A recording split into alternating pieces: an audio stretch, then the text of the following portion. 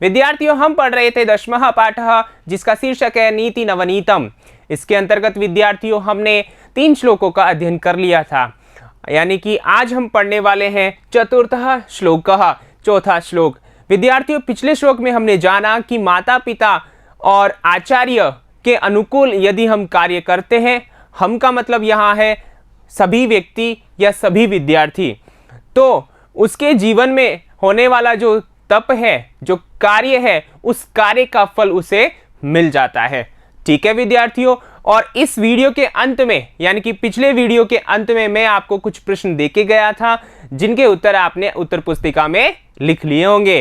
तो आइए विद्यार्थियों उत्तर की जांच करते हैं और उसके पश्चात चलते हैं अपने चौथे श्लोक पर। ठीक है, तो देखिए हमारे प्रश्न क्या थे। पहला प्रश्न था सर्वम तपः कथम समाप्यते, जो सारा तप है, संपूर्ण तप, ठीक है ना, वो किस प्रकार समाप्त हो जाता है। तो यहां देखिए उत्तर है सर्वम तपः माता पित्रोः आचार्यस्य च प्रियकरणेन समाप्यते। यहां पर क्या कहा है कि सारा जो तप है, संपूर्ण तप है, वो माता पिता और आचार्य के प्रिय करने से, आचार्य के लिए प्रिय करने से समाप्त हो जाता है। ठीक है, आप यूं भी लिख सकते हैं कि माता पित्रोः आचार्यस्य च संतुष्टे सति। ठीक है ना, संतुष्टे सति। ठीक है, यानी संतुष्ट होने पर, इसके स्थान पर आप ऐसा भी लिख सकते हैं। अब वो संतुष्ट कब होंगे? जब उनके लिए हम प्रिय कार्य करेंगे, उनके अनुसार कार्य करेंगे। ठीक है विद्यार्थियों, तो यहां अच्छे से समझना है आपको क्या कि सर्वम तपः माता पित्रोः आचार्यस्य च प्रियकरणेन समाप्यते। एक उत्तर तो ये हो गया आपका, और दूसरा उत्तर आप इस प्रकार ले सकते हैं सर्वम तपः माता पित्रोः आचार्यस्य च संतुष्टे सति समाप्यते। ठीक है, ऐसा ही लिखा है ना आपने, ऊपर वाला लिखा होगा। ठीक है, कोई बात नहीं, इस तरीके से आप लिख सकते हैं। ठीक है, आइए आगे चलते हैं। अगला प्रश्न, तयोः इति सर्वनाम पदस्य स्थाने संज्ञा पदम लिखत। ठीक है, तयोः यहां पर ये सर्वनाम पद है, अर्थात यहां पर तत् शब्द है। कौन सा शब्द है? तत् शब्द है, और षष्ठी का यहां पर क्या है? द्विवचन है। तो ये जो यहां है, तो इसके स्थान पर हमें संज्ञा पद लिखना है। तो विद्यार्थियों, जब भी ऐसा प्रश्न आए कि सर्वनाम पद के स्थान पर या सर्वनाम शब्द के स्थान पर संज्ञा शब्द लिखें, तब विद्यार्थियों ध्यान रखें कि जो पद आया है उसमें कौन सी तो विभक्ति है, कौन सा वचन है, और सबसे पहले ये जान लेना है कि कौन सा लिंग है।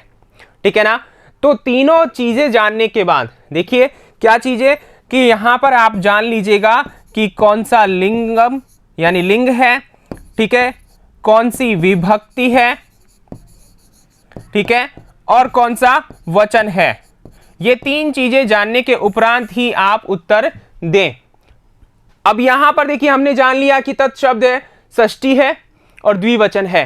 ठीक है, अब यहां तत् जो शब्द है वो पुल्लिंग के और नपुंसक लिंग के दोनों के षष्ठी में समान बनता है, लेकिन यहां पुल्लिंग का जो प्रश्न में आता है हमेशा, ठीक है ना, वो क्या होता है, यहां पर पुल्लिंग का ये शब्द दिया हुआ है। अब यहां पर हमें संज्ञा शब्द लिखना है, तो आपको पता होना चाहिए जब हम श्लोक में पढ़ रहे थे कि तयो किसके लिए आया है, किसके लिए आया है? माता और पिता के लिए, तो उसका हमें षष्ठी का द्विवचन रूप लिखना है, तो माता पित्रों हमारा उत्तर होगा। ठीक है, समझ में आ गया ना। यहां पर तयोः सर्वनाम पद है और माता पित्रों संज्ञा पद है। आगे बात समझ में, तो ये आपका उत्तर हो गया। ठीक है, आइए आगे चलते हैं हम अपने अगले श्लोक की ओर। अगला श्लोक क्या है अपने पास देखते हैं। चतुर्थः श्लोकः, सबसे पहले सस्वर वाचन करेंगे हम, आप भी मेरे साथ सस्वर वाचन करें। ठीक है, देखिए सर्वं परवशं दुःखं सर्वमात्मवशं सुखं एतद्विद्यात् समासेन लक्षणं सुख दुःखयो। ठीक है, एक बार फिर से उच्चारण कीजिए।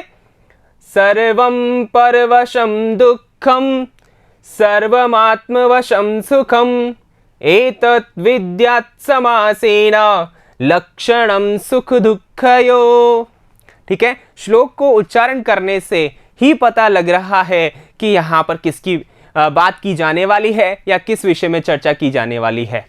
तो देखिए यहां पर प्रसंग है अपना प्रस्तुते श्लोके सुख दुःखयो लक्षणम लिखितम अस्ति।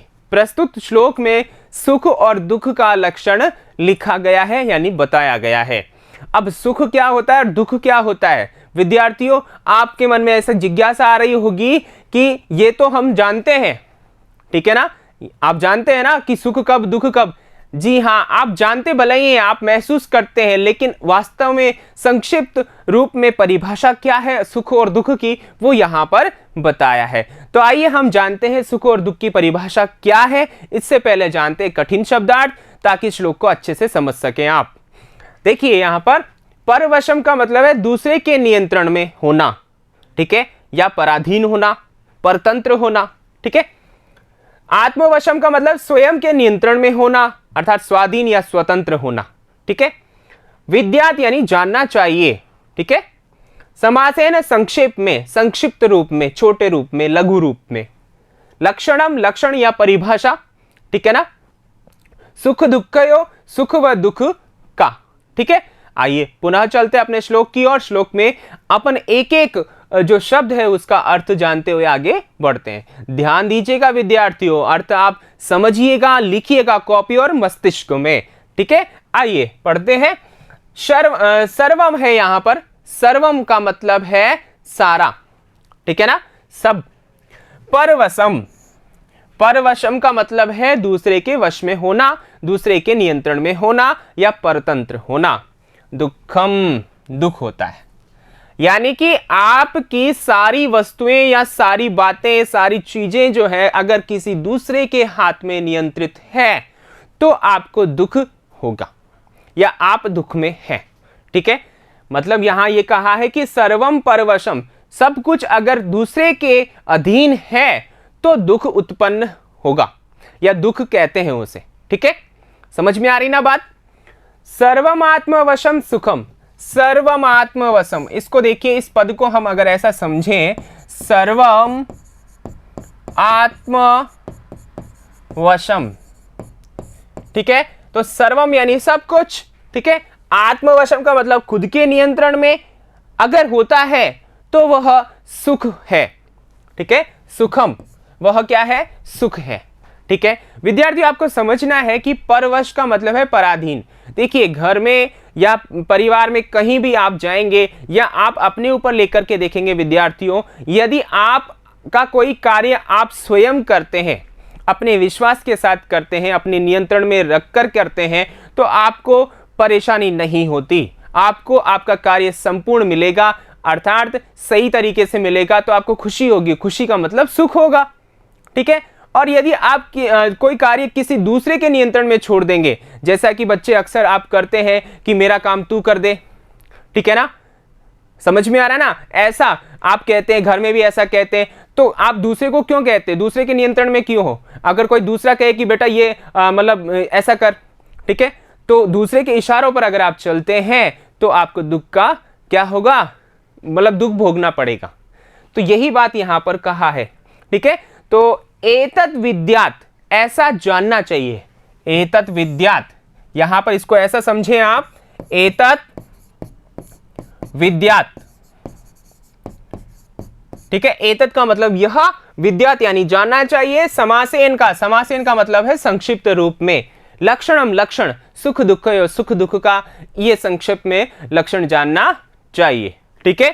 समझ में आ गया होगा। एक बार फिर से मैं आपको बताता हूं कि यहां बताया है कि सब कुछ यदि दूसरे के हाथ में है, दूसरे के नियंत्रण में है, तो वह दुख है, और सब कुछ यदि अपने हाथ में है तो वह सुख है, ठीक है। ऐसा यह सुख और दुख का लक्षण हमें जानना चाहिए संक्षिप्त रूप में, ठीक है। समझ में आ गया। तो आइए आगे चलते हैं। आगे अन्वय है अपने पास में। अन्वय देखिए, सर्वम दुःखम परवशम भवति, सर्वम सुखम आत्मवशम भवति, एतत् समासेन सुख दुःखयो लक्षणम विद्यात्, ठीक है। यहां वही सीधी सीधी बात कही है क्या, कि सर्वम सब दुखम, जो सारा दुख है, ठीक है ना, वो परवशम दूसरे के हाथ में होता है, ठीक है ना, मतलब दूसरा ही हमें कष्ट देता है, हम कभी अपने आप को कष्ट नहीं देते, ठीक है ना। तो सर्वम दुखम परवशम भवति, सारा दुख कब होता है, जब सारा काम दूसरों के हाथ में होता है। सर्वम सुखम आत्मवशम भवति, और सारा सुख अपने हाथ में ही है, अपने पास ही है, यानी कोई कार्य अगर हम अपने नियंत्रण में रखते हैं तो हमें सुख की अनुभूति होती है। एतत् समासेन, इस प्रकार संक्षिप्त से सुख और दुख का लक्षण जानना चाहिए। ठीक है, समझ में आ गया। अब आगे देखिए भावार्थ। भावार्थ क्या कहना चाहता है यहां पर, यानी कि आप हिंदी अर्थ तो समझ ही रहे हैं, साथ साथ भावार्थ यहां पर देखिए, इसका अनुवाद अगर आप समझ गए तो ये समझ लीजिए आपको ये श्लोक अच्छे से और समझ में आ गया।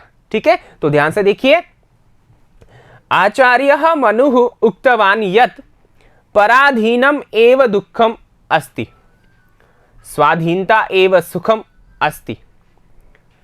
अर्थात पराधीनता दुःखस्य कारणम, स्वाधीनता च सुखस्य कारणम अस्ति। अतः इयं स्वाधीनता पराधीनता च सुख दुःखयोः संक्षेपेण लक्षणम अस्ति इति ज्ञातव्यम। ठीक है, इसका अर्थ क्या हुआ जानिए।